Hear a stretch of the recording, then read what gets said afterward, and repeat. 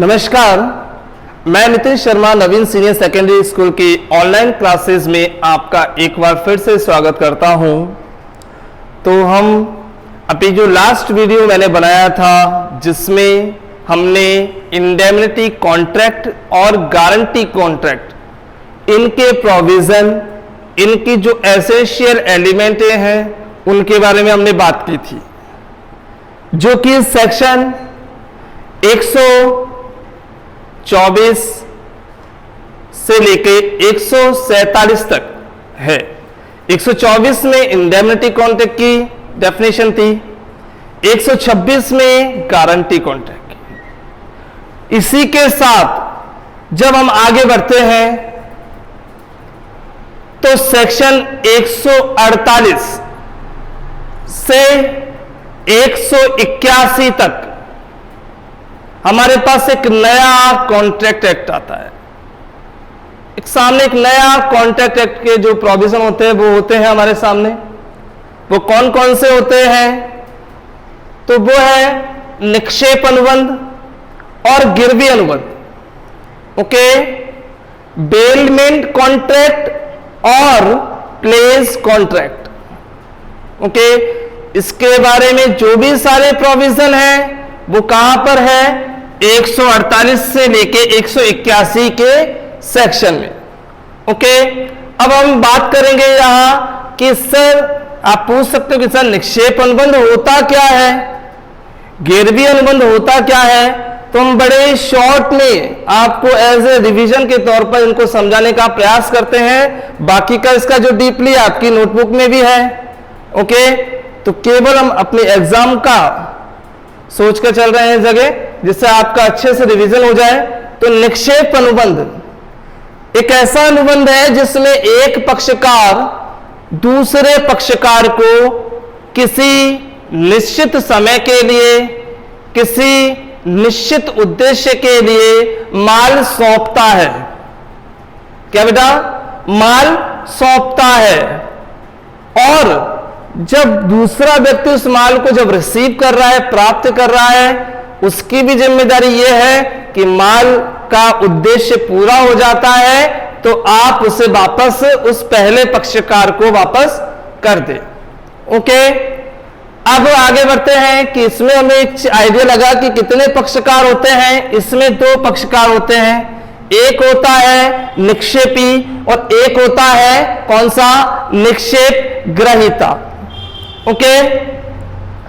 Question आ जाए कि निक्षेप अनुबंध में कितने पक्षकार होते हैं? तो बेटा कितने पक्षकार होते हैं? 2 पक्षकार होते हैं, ओके।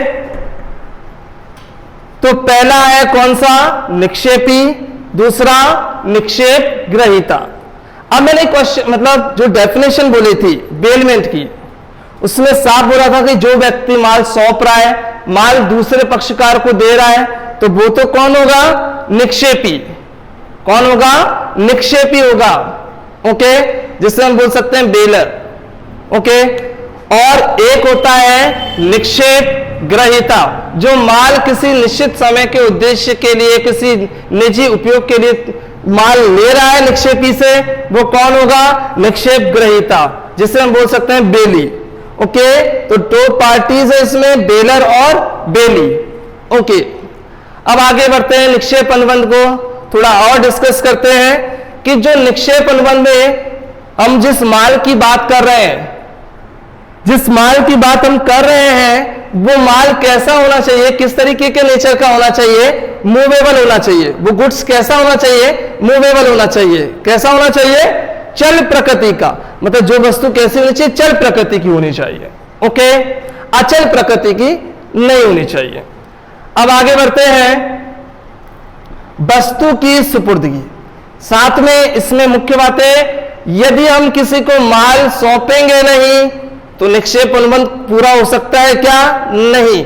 तो ये कॉन्सेप्ट, मतलब ये एलिमेंट भी बिल्कुल इंपॉर्टेंट है कि वस्तु की सुपुर्दगी भी होनी चाहिए, गुड्स का क्या होना चाहिए? डिलीवरी होनी चाहिए। आगे विशेष उद्देश्य, यदि मैं किसी को माल सौंप रहा हूं तो कोई विशेष उद्देश्य होना चाहिए, ठीक है। फॉर एग्जाम्पल, मेरे पास बिजनेस लॉ की एक बुक है और मेरा एक स्टूडेंट मुझसे बिजनेस लॉ की बुक लेने आया कि सर मुझे कोई एग्जाम है उसकी, तो उसकी तैयारी करनी है, तो मुझे आपसे बुक ले जा रहा हूं और मेरी एग्जाम जैसे ही हो जाएगी, खत्म हो जाएगी, मेरे से यूज में आ जाएगी बुक, तो मैं आपको बुक को वापस आपको लौटा दूंगा। तो बेटा इसमें क्या हुआ, मैंने उसको बुक दे दी पढ़ने के लिए और जैसे उसका एग्जाम कंप्लीट हुआ उससे मुझे बुक वापस रिटर्न कर दी। ओके, तो एक निश्चित उद्देश्य, विशेष उद्देश्य होना चाहिए दोनों पार्टियों के बीच में। ओके, मैं बेमतलब में तो किसी को कुछ गुड्स दूंगा नहीं ना कोई बेमतलब में मुझसे गुड्स लेगा। ओके, नेक्स्ट, माल के स्वरूप में परिवर्तन। अब यहां पर यह है, हुआ क्या कि जो लड़का मुझसे बुक लेके गया, हो सकता है कि वो बुक उससे कहीं खो जाती है, तो उसने क्या करा, नई बुक लाके मुझे दे दी। तो मैं उससे ये लड़ूंगा थोड़ी कि नहीं मुझे तो वही किताब चाहिए, ऐसी रंग की चाहिए, नहीं। यदि हो सके, यानी इस तरीके से कंडीशन फंस जाती है, तो माल के स्वरूप में परिवर्तन करके भी आप माल वापस लौटा सकते हैं। ओके, आगे,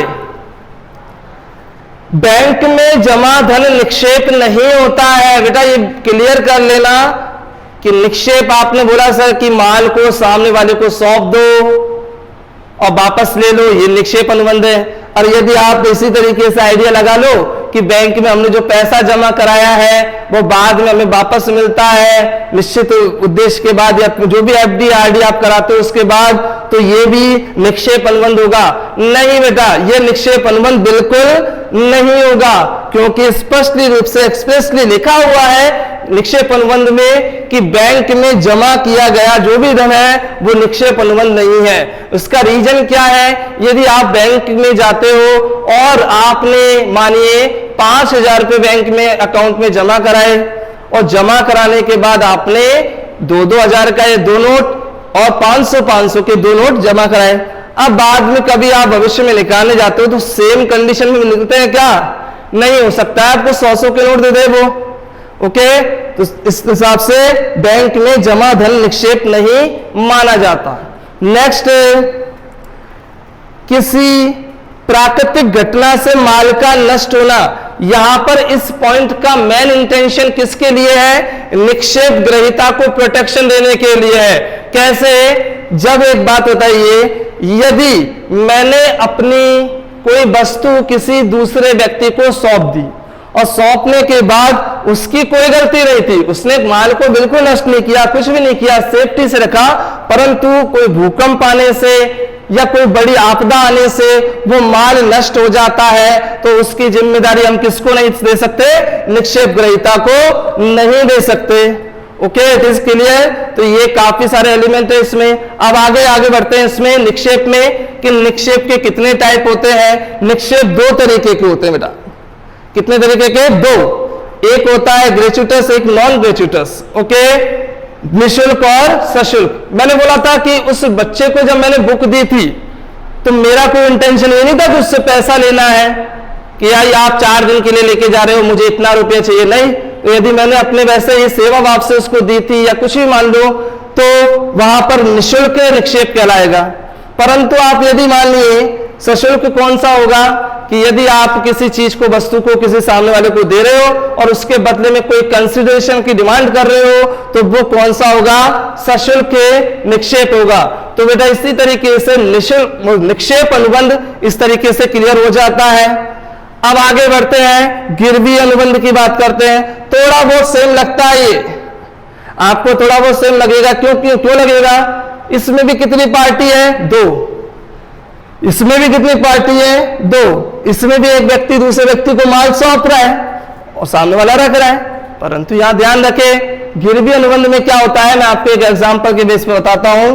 ए और वी, यहां पर क्या हुआ है, वी ने ए से कितना रुपया मांगा है, 1 लाख रुपए। कितने मांगे हैं, 1 लाख रुपए। और ए ने उससे सिक्योरिटी मांगी है बी से कि आपको मैं 1 लाख रुपए दूंगा, परंतु आपको जमानत के तौर पे कुछ तो रखना पड़ेगा गिरवी। और यहां पर क्या हुआ, वी ने अपनी कार गिरवी रख दी। ओके, तो आप ये मत लगाना कि सर वी ने कार दी है ए को तो ये निक्षेप अनुबंध हो गया कि वस्तु सौंपी है किसी को। नहीं बेटा, यहां पर वस्तु इसलिए सौंपी है क्योंकि बी ने ए से क्या लिया है, ऋण लिया है, और ऋण लेने के बाद यानी ऋण चुकाने के बाद आप उस वस्तु को वापस मांगने की निबंध कर सकते हो, उससे पहले नहीं। वो वस्तु किसके अधिकार में रहेगी, ए के अधिकार में। तो याद रखो गिरवी अनुबंध में कितने पक्षकार होते हैं, 2, गिरवी कर्ता और गिरवी ग्राही। यहां रखो बी है जो कौन है, गिरवी करता है जिसने कार गिरवी रखी है, और ए कौन है, ए है गिरवी ग्राही। ओके, अब आगे बढ़ते हैं। जो माल बी ने ए को सौंपा है वो कैसा माल होना चाहिए, कैसा गुड्स होना चाहिए, वो एग्जिटिंग गुड्स होना चाहिए। कैसा, एग्जिटिंग, क्योंकि मतलब वो तैयार माल होना चाहिए। ऐसा नहीं कि मैंने 1 लाख रुपए किसी से उधार ले लिया और कह दिया मैं भविष्य में एक कार खरीदूंगा ना, वो आपको सिक्योरिटी के लिए रख दूंगा। नहीं, उस टाइम प्रेजेंट में तो वो कार है नहीं मेरे पास। ओके, तो वो माल का होना भी जरूरी है उसी समय। ओके, आगे बढ़ते हैं। इंपॉर्टेंट है, आ सकते हैं गिरवी ग्राही के अधिकार और गिरवी ग्राही के कर्तव्य। याद रखिए गिरवी ग्राही कौन है, जो माल को अपने अधिकार में रखता है जब तक पेमेंट या उसका पैसा जो उधार दिया है वो वापस ना मिले। तो गिरवी ग्राही के अधिकार कौन कौन से होते हैं। सबसे पहला अधिकार उसके पास होता है माल को रोकने का अधिकार। किस चीज का, माल को रोकने का अधिकार। बेटा जब तक पेमेंट नहीं मिलेगा, जो उसने उधार पैसा दिया है जब तक नहीं मिलेगा, जब तक वो क्या करेगा, माल को रोके रखेगा। ओके, असाधारण व्यय पाने का अधिकार। यदि सोचिए इसने जो कार है इसके पास जगह नहीं है ए के पास, और ए ने उसे पार्किंग में रख दिया, और पार्किंग का जो भी खर्चा बन रहा है वो किससे मांग सकता है, वो वी से मांग सकता है। ओके, नेक्स्ट है माल बेचने का अधिकार। माल बेचने का अधिकार कब मिलेगा, जब बी ए को उसका पेमेंट टाइम पर नहीं करेगा तो क्या करेगा, ए उसे एक उचित सूचना देकर उस माल को बेच सकता है। ओके, नेक्स्ट गिरवी कर्ता पर वाद प्रस्तुत करना।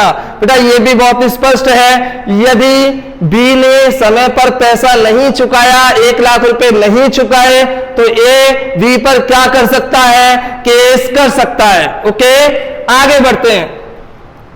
गिरवी ग्राही के कर्तव्य। अभी तो हमने क्या करा था, पौनी के क्या पढ़े थे, राइट्स पढ़े थे।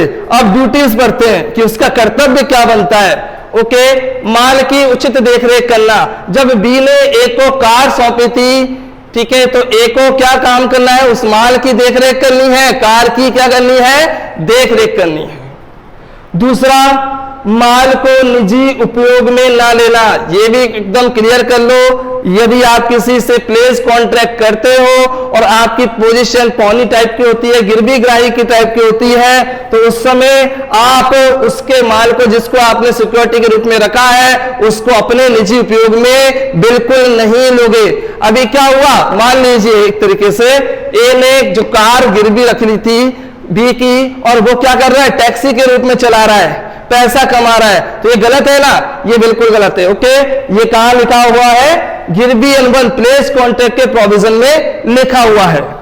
आगे नेक्स्ट है माल वापस लौटाने का अधिकार। यदि बी ने समय पर पैसा चुका दिया है तो क्या करना पड़ेगा, ए को माल वापस लौटाना पड़ेगा। किसको, जिसने गिरवी रखा था उसको। आगे लास्ट इसका, गिरवी की शर्तों के अनुसार कार्य करना। क्या करना, गिरवी की शर्तों के अनुसार कार्य करना। अभी क्या हुआ है, प्लेस कॉन्ट्रैक्ट हुआ है गिरवी कर्ता गिरवी ग्राही के बीच में। अब उनके बीच में जो कंडीशंस रखी गई है उन्हीं कंडीशंस के अकॉर्डिंग कार्य करना चाहिए। किसको, गिरवी ग्राही को। आगे की बात देखिए, यदि आपके पास गिरवी कर्ता के अधिकार या कर्तव्य पूछता है तो यदि आप इनको अच्छे से समझ गए तो आप उनको भी कर सकते हो। कैसे कर सकते हो, फॉर एग्जाम्पल यदि गिरवी कर्ता के अधिकार क्या होंगे, गिरवी ग्राही के कर्तव्य। कैसे, जो माल उसने सौंपा है उसकी उचित देखरेख करवाना, इस तरीके से आप कन्वर्ट कर सकते हो। ओके, गिरवीकर्ता के कर्तव्य क्या हो जाएंगे, जो गिरवी लगाए के अधिकार, तो इस तरीके से काम चल सकता है। फिर भी आप अपनी नोटबुक में इनको पढ़ सकते हो और एक्स्ट्रा अच्छे से, ठीक है। तो इसी के साथ मैं अलविदा लेता हूं और आगे नेक्स्ट चैप्टर में आपकी सबसे बड़ी इंपॉर्टेंट जो समस्या है इंश्योरेंस को, वो मैं नेक्स्ट चैप्टर में, मतलब जो नेक्स्ट अपना लेक्चर होगा उसमें पढ़ाऊंगा। ओके, आप लोगों से ये विनती है बच्चों से कि जो भी ये वीडियो देख रहा है वो घर पर अच्छे से इस वीडियो को देख के लर्न करें, अपने बुक्स को साथ में रखें, अपने नोटबुक को साथ में रखें। आपको जो भी प्रॉब्लम आती है बेटा वो मुझसे आप संपर्क करके पूछ सकते हो। ओके, अलविदा, बाय।